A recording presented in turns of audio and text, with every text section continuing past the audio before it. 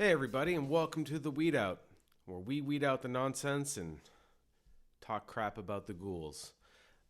Today, in the Weedout, we're going to talk about how sloganing and messaging can work both ways. And we're going to give a counter narrative to the popular naysaying of police defunding, saying that we shouldn't defund the police. The reason we should defund the police is because if you look at it from a budgetary point of view with dollars and cents that are finite, they're actually defunding the community. The existence of the police defunds the community, which then exacerbates the environmental realities of being poor, over-policed, bogged down in all the ways we talk about here, in ways that are unimaginable, and they seem they seem independent, but that's if you follow the American exceptionalism mindset.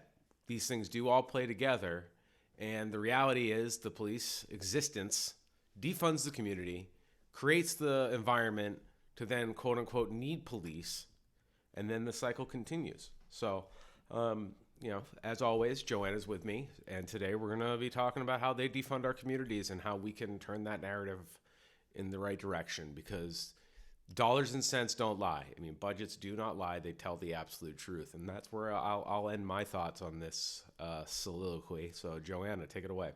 Hi, everyone, and thanks for tuning in.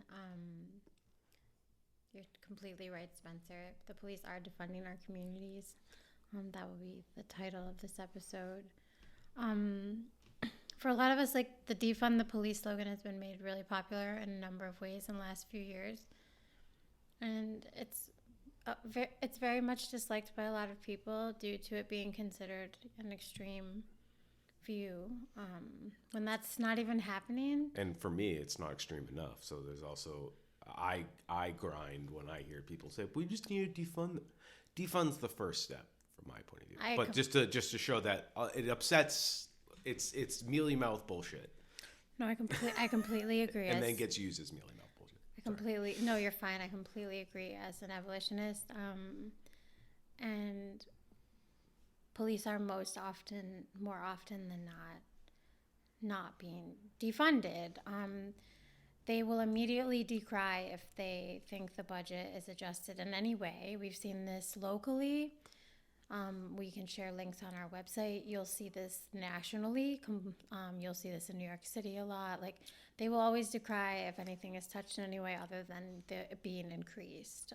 Also, pay attention to how they message before budget season. Look at their social media. Mm-hmm. What are they pushing? And it should be noted that the majority of a municipality's budget for the police focuses on their personnel costs and the overtime. So, like, that really is the majority of what, like, they're getting is their pay and their overtime pay. And then their overtime pay being things like traffic details. Completely. So they're getting paid a rate of, say, $100 an hour for round numbers, when you could be paying somebody, which is, it could be a work program. It could just be a straight up, everybody can apply for this kind of work. If you want to stand out in the elements and wave flags. Massachusetts, this is where we have our biggest issue. It's actually written into the contracts and the laws that the police have to be on every detail. So they can't be flag bearers. But like 99% of the time, there does not need to be an officer of the law there.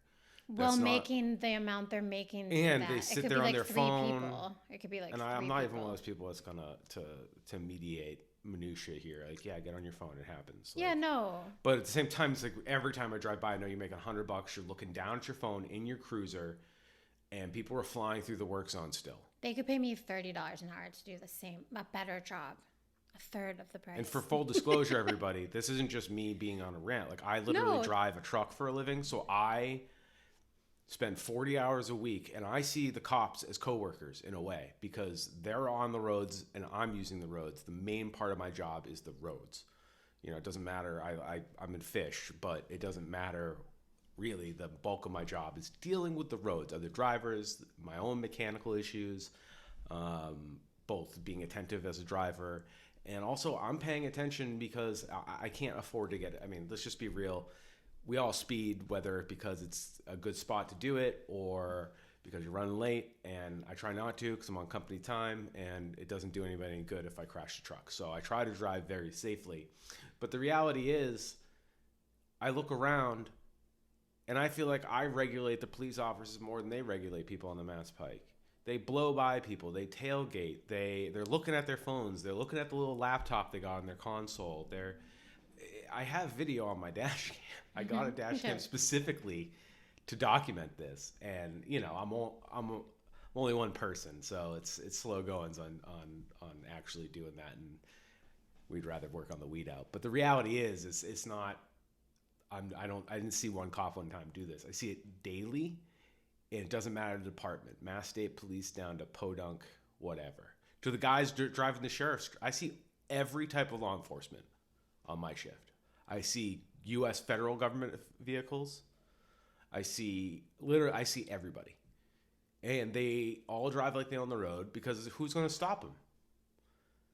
Yeah, the very limited experience I have as someone who works fully remotely, when I do drive, the police usually actually do terrify me in the way they're driving, just like. And that leads to lawsuits because, like, it's scary. You look up the rates of car accidents that happen. Like, there's this big case.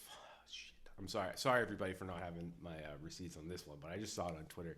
Basically, this guy was running late for work. He had to start at 9 or something. He got in a high-speed accident on a residential road on the way, like 2 minutes from the police department, in his company cruiser before he was clocked in. Claimed he was clocked in. 89 miles per hour, his little black box said, when it came to a sudden stop.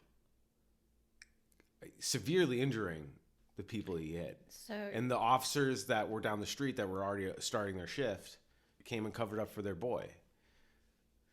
Yeah. And then when all this shakedown happens, because the person who got hit is going to have an insurance claim, then they're going to sue, and they're going to do all this, and there's going to be a ton of fallout. The cops don't pay for that. They're defunding our communities with that. Exactly.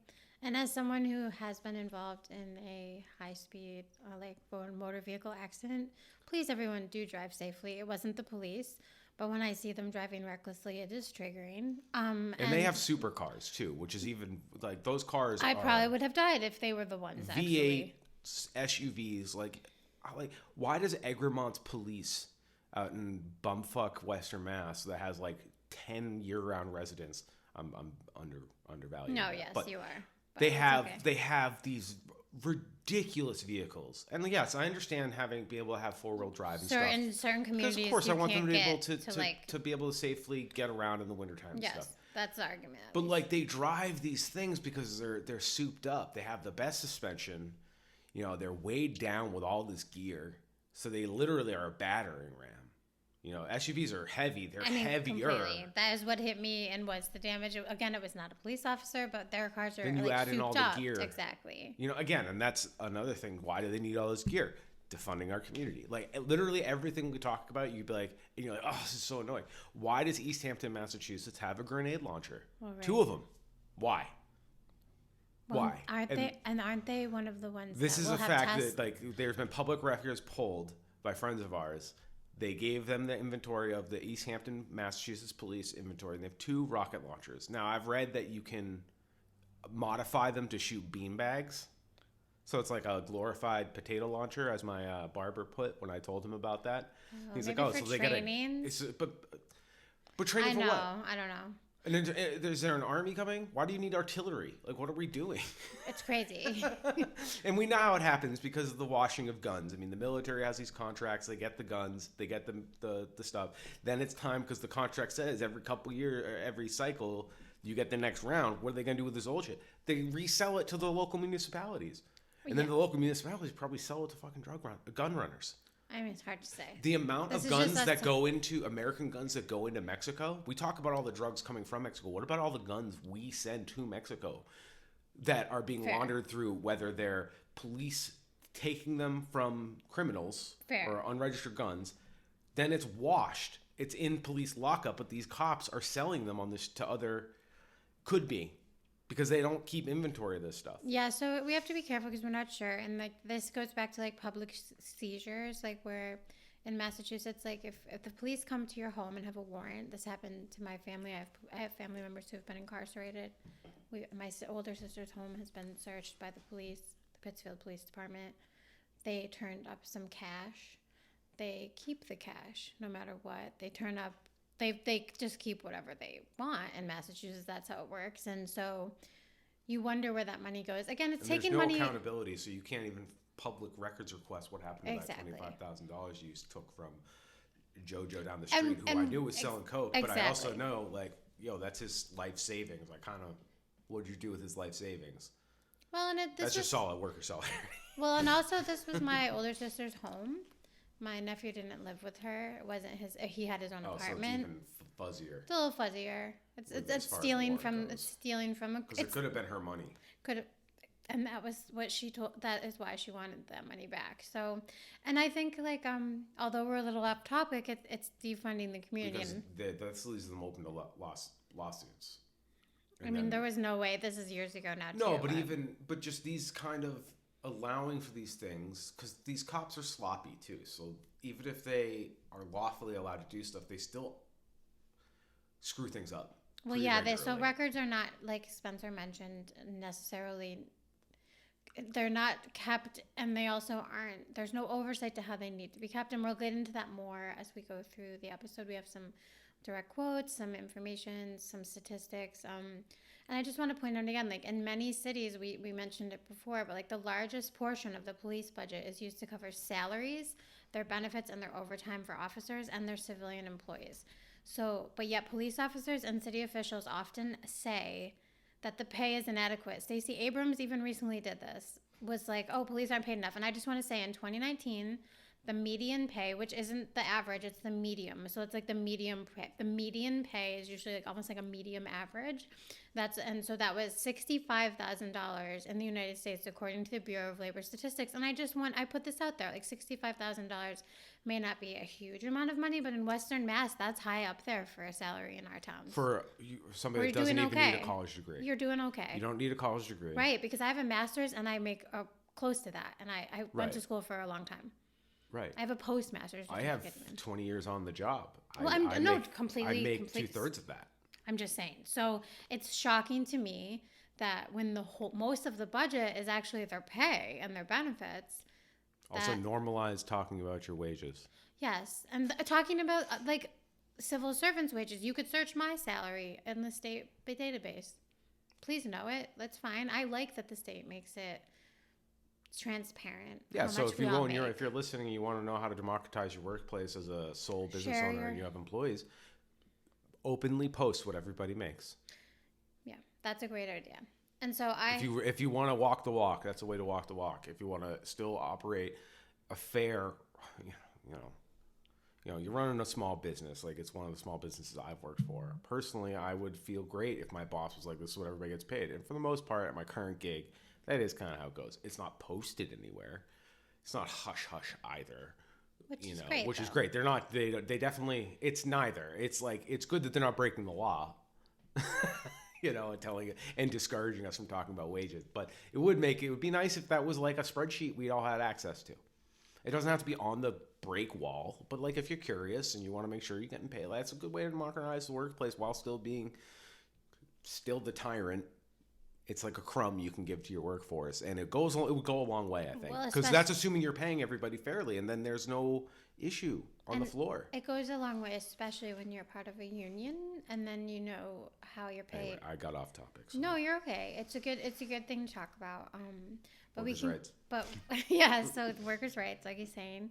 But the cops use workers' rights too, and we're going to show you how. Well, that's what we're saying. So they're like largest budget. Like the largest budget number for them when they get that money from your town is to pay themselves. And personally, I'd rather give the guys taking care of the sewers $65,000 a year. Personally, taking care of the trash, the sewers, the mailmen, I want them to get paid. They keep the business moving, period. Literally. And I want all workers to be paid fair wages, especially, I hope the police are abolished, so I do hope they quit their jobs, but I feel like all other workers. And so I was surprised by this source. I already told Spencer this. It's USA Today. Shout out to them for this once in wonderful a lifetime. break. I know, wonderful USA breakdown. Today is a credible source. But I'm gonna use a quote, and I'll post it on our website, theweedout.com. So after our episodes, like, we direct you there. Please check it out. It's a really long article, but it has some awesome information. So I'm just gonna read this quote.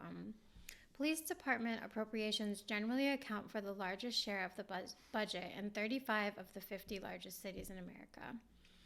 But it's difficult to draw meaningful comparisons between cities because they use wildly different budgeting mechanisms. For example, the huge Las Vegas Metropolitan Police Department budget is $656 million. It is funded not only by the city of Las Vegas, but Clark County also puts in a significant amount. And there's an allocated property tax exclusively for funding the police in that city. In other cities, police departments are funded entirely by the city government.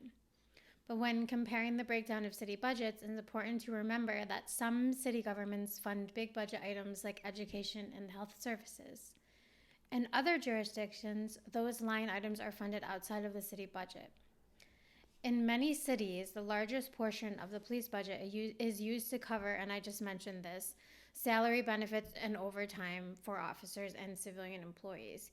Yet police chiefs and city officials are often saying police pay is inadequate. And then they share that in 2019, the median pay for a police officer in the United States was $65,170, according to the Bureau of Labor Statistics. So on that median pay, does that include their overtime and their benefits, or is that just the cash? So I'm not Because sure. I would feel assume like I would assume actually that it's not everything combined, but I can't say for sure. So we'll have to check that. Because a lot of times, like in local, like in Holyoke, I've heard people say, "Oh, they only get paid 35," but it's like, what's their actual take home though? Like, just because it says it, like my wage on paper says if I work 38 hours, which I never do at this main gig. So like the take home, like the salary is actually less because I don't actually fulfill those 38 hours, but I still get paid hourly. I'm not complaining about my pay. It actually works out really good for me at my current job. Shout out to my oligarchs. But the reality is, it's like there are other ways for them to get money. Because if there's a roadway being fixed and it's coming through grant money from the federal government, that doesn't figure into the things we're paying them, and so it's.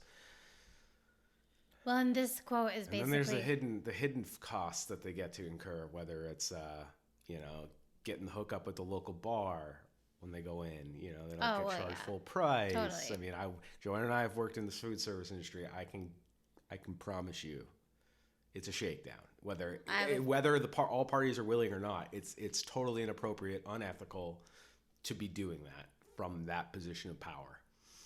Period. I don't care if that's how it works, and I don't care if bar owners or business owners are complicit in it. That's exactly the point. They work for these. They don't work for the worker. Right. They would bust up our and if somebody that has some cash or some money gets in trouble, they can pay their way out. Because in this country, if you don't have the money, you do the time. If you have the money, you can greatly reduce your likelihood of serving any real time. I'm not saying it doesn't happen, but money helps. Look at Donald Trump. I mean, look, this dude has been able to skirt.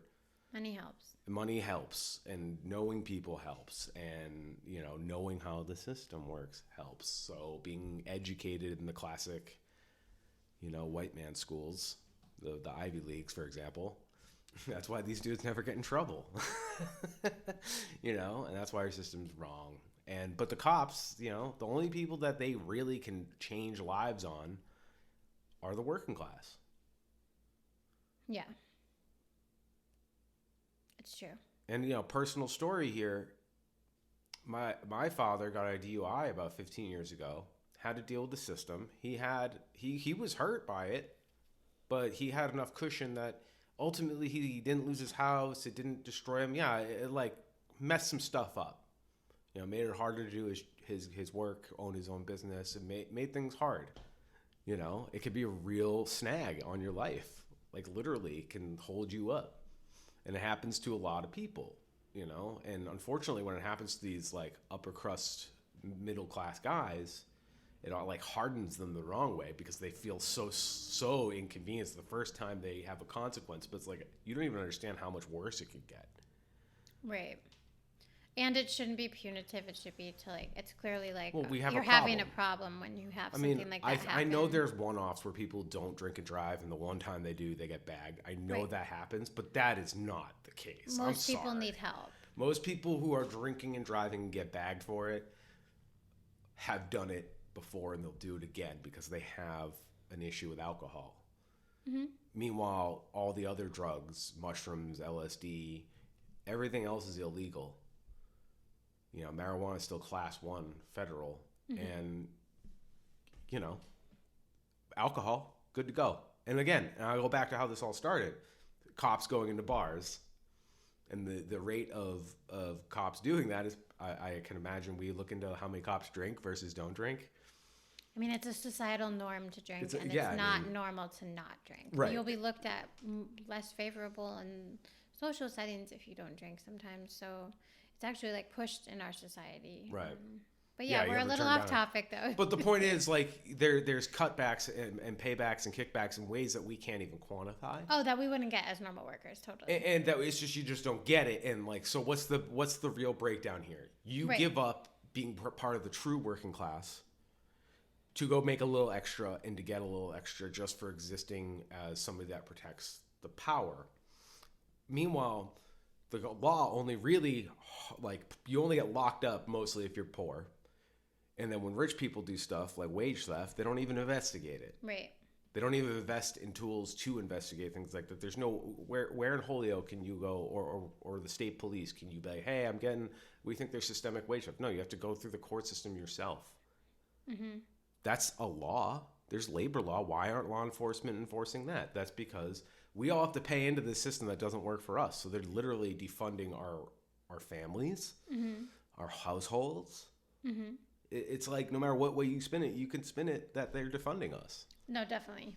And when you try to look at like, oh, how much money does go to the police in each town, and then as USA Today pointed out, how complicated they make it. Yeah, like USA Today basically points out, like it's basically impossible to compare each town because they don't have a uniform way that they need to keep the data. And there are countless examples of this in Western Mass. So Spencer already mentioned East Hampton. And we're going to talk about, I guess, like Springfield, Holyoke, Greenfield, and maybe Pittsfield. I'll see what we have about them. But, like, we've requested things from Holyoke, and they're refusing currently. So we'll see what happens with that. I think throughout every single town, I would say, like, police associations, which I know are like known as their unions, they're more like political PACs. Yeah, and they continually get towns to give them like the optimal and very generous raises. I think like during the pandemic, they in my town got 4%, and then I'm in Montague, and then they get benefits and other things. And then there's the other costs that they incur, like insurance. Well, right, and capital investments like cars and buildings and guns and what have you. But like the majority of their budget is actually to pay them. Yeah. So it's interesting to me. And then the fact that they get these generous raises, it's like, okay, well, I'm a part of the Mass Teachers Union in the state under my position, and we get like 2% because since 2008 they give the cost of living. So it's just interesting to me that like the police are able to get so much more even during pandemics. And we're also a union, but their union's just treated more favorably. And I feel like it shouldn't be the case, but police will do this thing where they'll like refuse to work and then sick outs. Yeah, and people will feel unsafe. Sick outs as a working class term means they utilize old school working class means for getting their ways, which is like really is hard because I would normally agree with this tactic or not have a problem with it if this is if somebody was doing to get their way with their employer. I've never organized a sick out at any of my places or been a part of one. Unfortunately, we've never had enough solidarity at most of the places I worked at over the years, restaurant business, that has that kind of, because we don't have money saved. So it's really hard to do sick outs. They make, 20 to 30% more than what they would be making if they weren't a cop with a high school degree. So they can save up and do sick outs. Plus, they have a really strong union, so they're going to get paid for that time. And then they're not going to do their quote unquote job, whatever the hell that is. But it's just, it's terrorism. It's to terrorize the community. To be like, look, it's like withholding. Oh, nice town there. Hope something bad doesn't happen to it. Well, right. And I'm not trying to mock anyone, but like if you live in like most rural towns, at least in Massachusetts, please look at your town's data. I'm talking about Massachusetts specifically right now, but overall, like, and what about the other hidden things they do, like the state and federal grants? And, you know, if anybody's worried about a fascist, you know, federal government led by the likes of somebody like Donald Trump or Ron DeSantis, Joe Biden and the Democratic and the Republican policy for the last 20 years, they've been handing out police pig tech like candy as federal grants. This ShotSpotter, like, that's why most people have it. The federal government. So if you're concerned, if you have a tinfoil hat theory about that, like, your federal tax dollars are going towards equipment that you don't even get a chance to consent to. Also, I question you if you think that it's fair for teachers to be forced to work. Like, we can't legally strike, but the police could tell you, I am not going to keep you safe.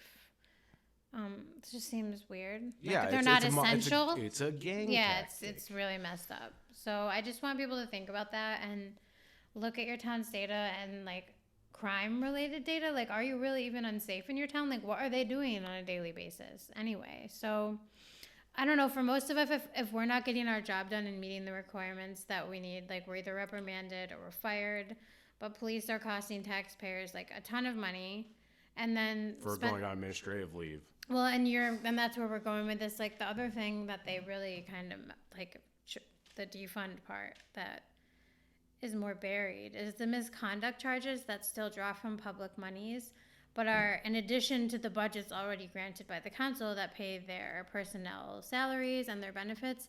And there are, again, numerous local examples. So, I mean, I can talk about Greenfield. In Greenfield recently, for example, the chief of police, and starting in May of 2022,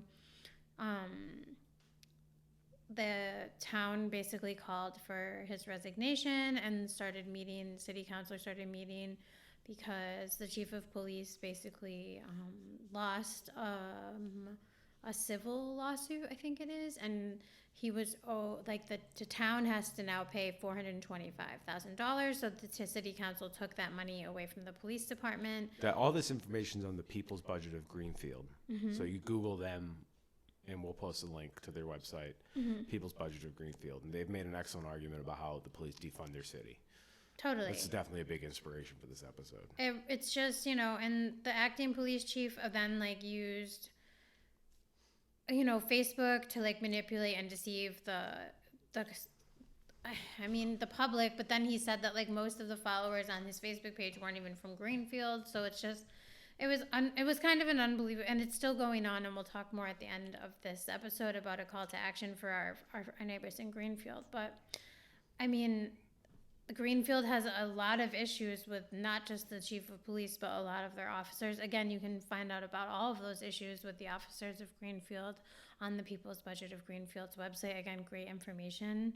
And, back to another way, and this ties into that police chief using Facebook, right?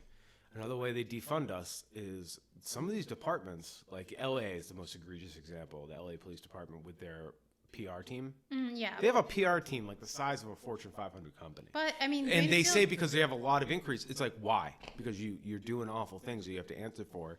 And then the worst part is the kick in the nuts is that corporate media just, as a news article, will say, police say ... This was made popular on a most recent John Oliver Next Week Tonight episode, which I'm glad a major show was talking about this, because nothing gets my goat more than WWLP out of Springfield or Mass Live tweeting some police say nonsense when it has nothing to do with the police. And it's like, did you do any journalism, or do you just parrot this propaganda where the cops aren't even relevant? Right. They're not even fucking relevant. Are they the journalists, or are you? Right. And again, our Holyoke has a Captain Moriarty is the chief of communications director or some bullshit title. He's literally the PR guy. Why does a town of 40,000 people need a PR guy? Well, and in Greenfield, they were doing a similar. They have their scenario too, where they had someone like in charge of PR call me at one point, and then they're using Facebook in a way to kind of get messaging out. It's just, I mean, it makes sense that you like want to connect with the public, but the police should not be doing that. And we can share some information on journalists not. Also, Captain Moriarty has one less thing he has to worry about with Instagram not being being a thing anymore. So I'm going to keep bringing that back. Joanne and I successfully negged them to get rid of their Instagram. I don't know if it was us alone, but it does feel like we pushed the most for the longest time consistently about it, and now they just don't even have one. It's a headache. And that's the thing. It's like, so I would like some of your salary back because you're not even doing Instagram anymore. Because I'm petty. You are. And also, he's demanding Counselor Maldonado Velez to abstain from making budget decisions about the police because he's clearly biased by calling them a gang. It's like, the guy's trying to suppress free speech too. So I want some of my money back. Fair. You're not understanding the Constitution. You're the fall guy for the department. So yeah, you're going to draw my ire. Because what the fuck?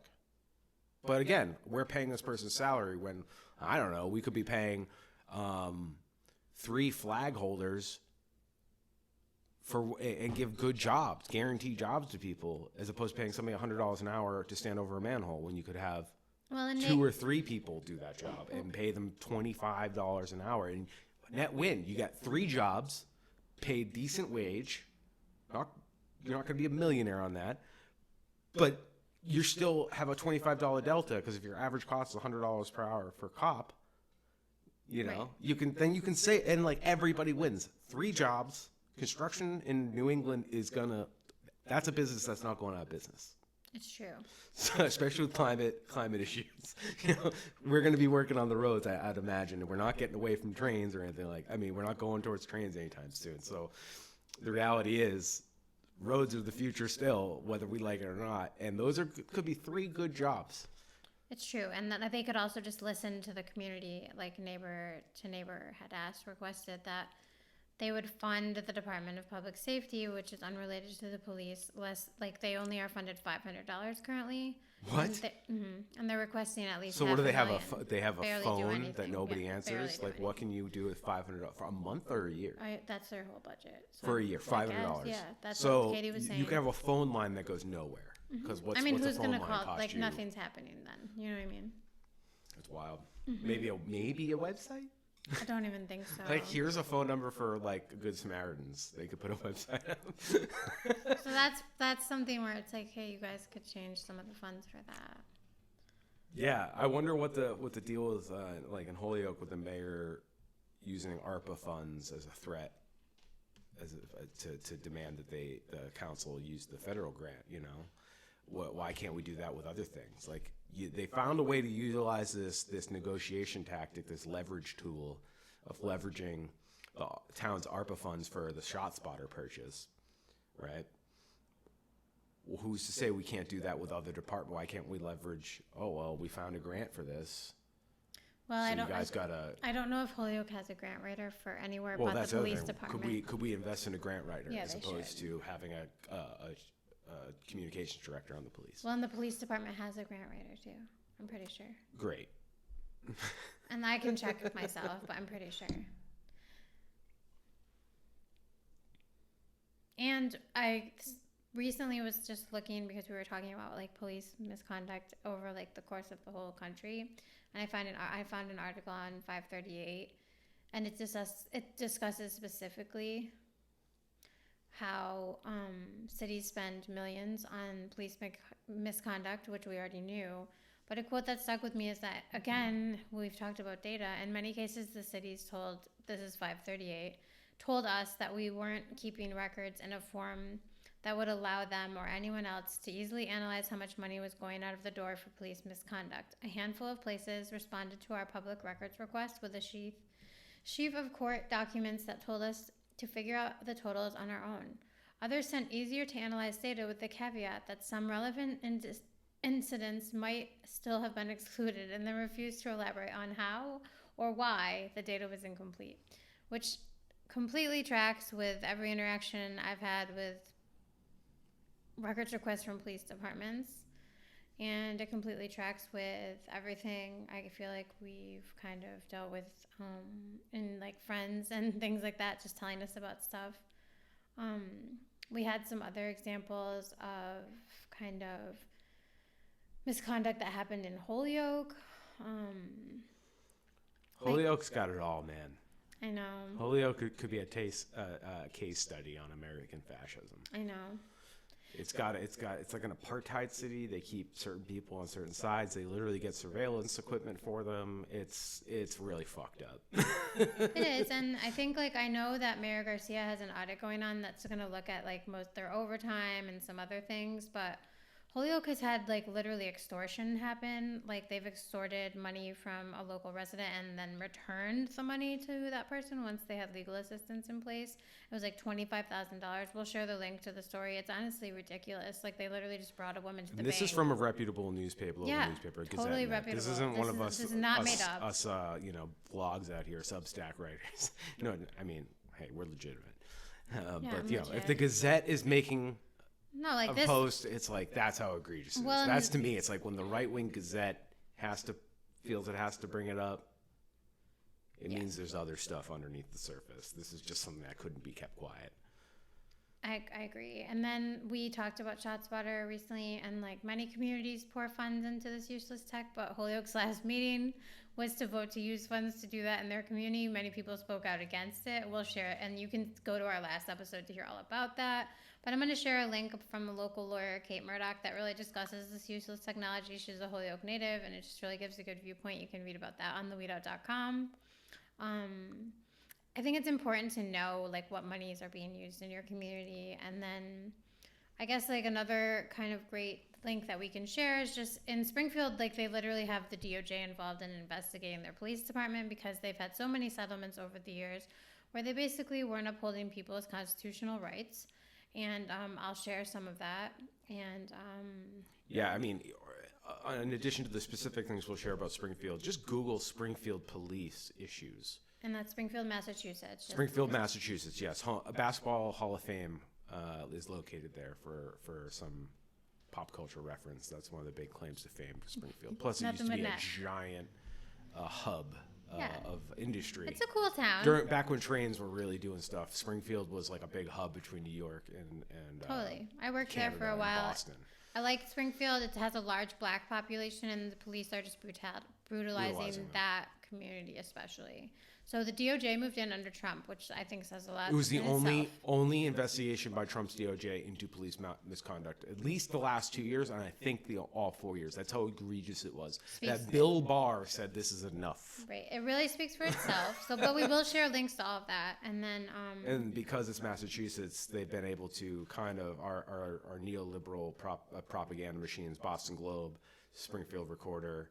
Gazette, they don't really, there is a lot to learn about Springfield Police Department. And we talk about Holyoke because I live there, and I feel like we actually have a fighter's chance against them because it is kind of a podunk operation. They all are, but I know what you're saying. It's kind of, they're teetering because there's enough people in town that are kind of fuck these guys. They may not agree with our point of view, but there's enough people in Holyoke of all stripes, from the kind of fashy people to left-leaning to kind of just typical people that are, they don't have a side. They're just kind of existing.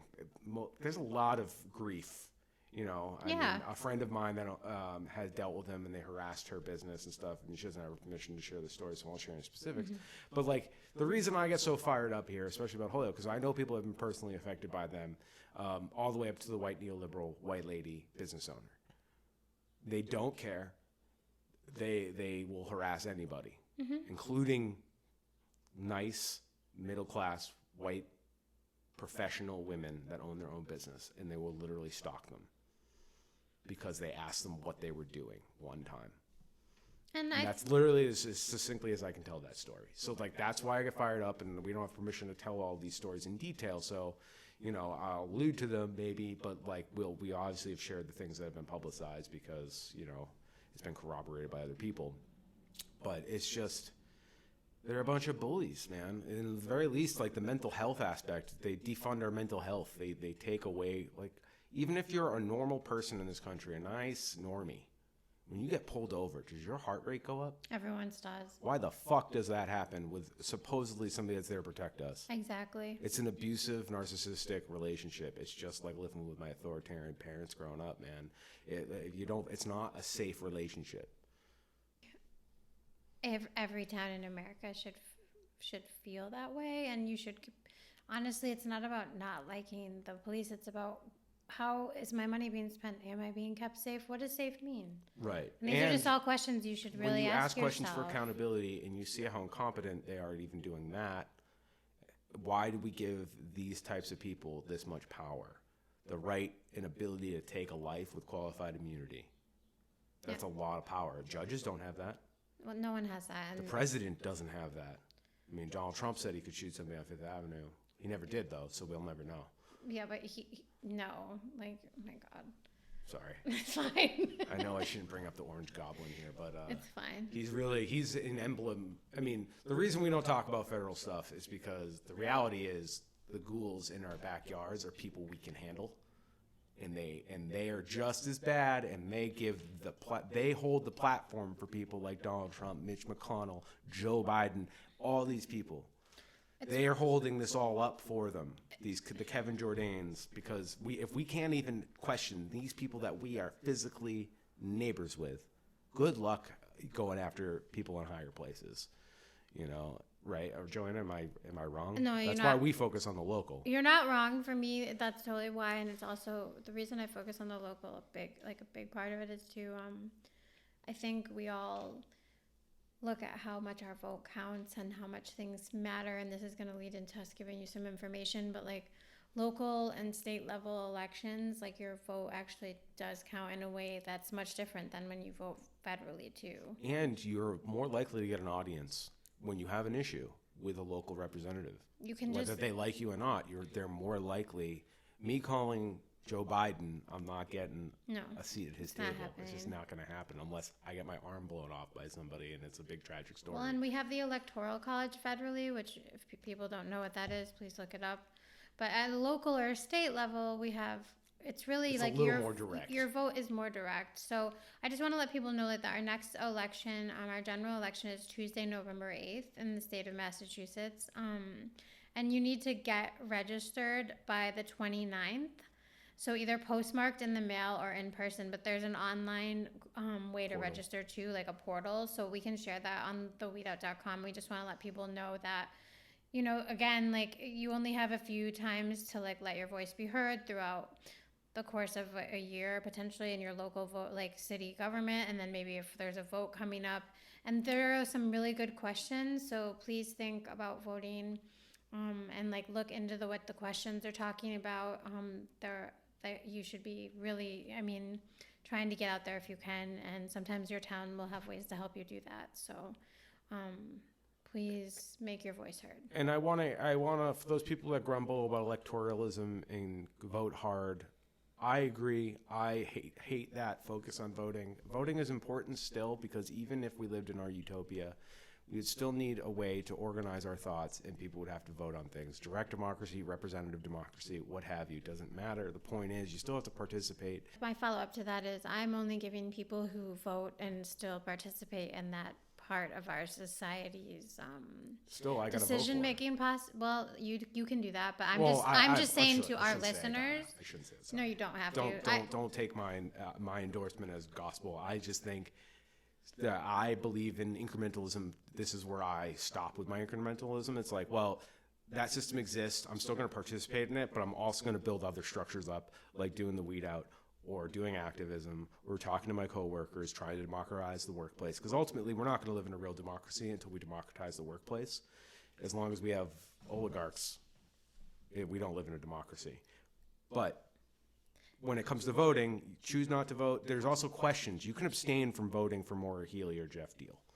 But there are questions about laws that will directly affect us. Also, if you don't choose to vote and participate in that system and that's a way that you protest, that's totally fine. Yes, I just want to put that I'm out sorry there. to sound so... You're fine. I don't believe You're in forcing fine. people to vote, but it's just like, it's one way to get... Even just casting a ballot and writing Mickey Mouse in for president, but maybe you voted on a candidate that is reasonable, because there are Workers' Party candidates on the state ballot, not in our jurisdiction, well, except, no, take that back. No idea. We're going to have to look it up. But basically, there is somebody that's statewide. It's like Solicitor General or some one of the positions that is not widely publicized. No, so there are you can protest vote. Like, for example, I have never voted for a president on the ticket. I voted for my state reps and my congressman, but I've just, because we live in Massachusetts, no matter what, like, the Electoral College blocks my vote.